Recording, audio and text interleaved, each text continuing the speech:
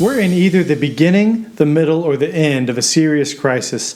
And one thing that makes it so difficult is that we don't know if we're in the beginning, the middle, or the end.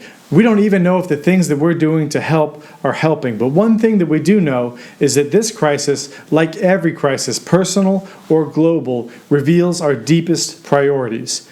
I know a lot of us have been stuck inside for quite a while, streaming a lot of videos. I want to recommend to you my favorite episode of The Simpsons. It's in Season 9, Episode 8. It's called Lisa the Skeptic. That's on Disney+. If you're a Disney Plus person, you got time, you can watch that. In the episode, they find the bones of an angel in Springfield, and Lisa, of course, is skeptical. She thinks that this thing is not the thing that everyone thinks it is, and so she spends most of the episode running around trying to convince everyone that this isn't the thing that they think it is. And then at the end of the episode, there's kind of this big spectacle, and the end is near type moment. The angel is going to rise. The whole town shows up, and a few things happen in that scene. First of all, the angel starts to rise, and Lisa gets terrified.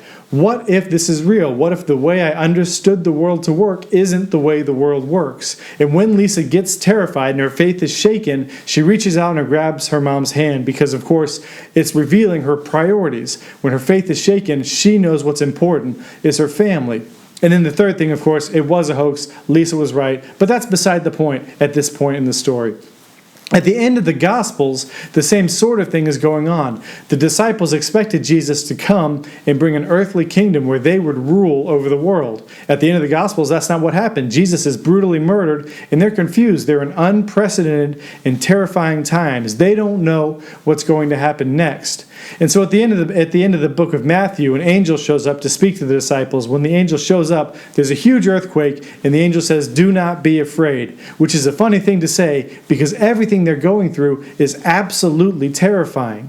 At the beginning of the book of Acts, Acts is the sequel to the Gospel of Luke, the continuation of the disciples' story.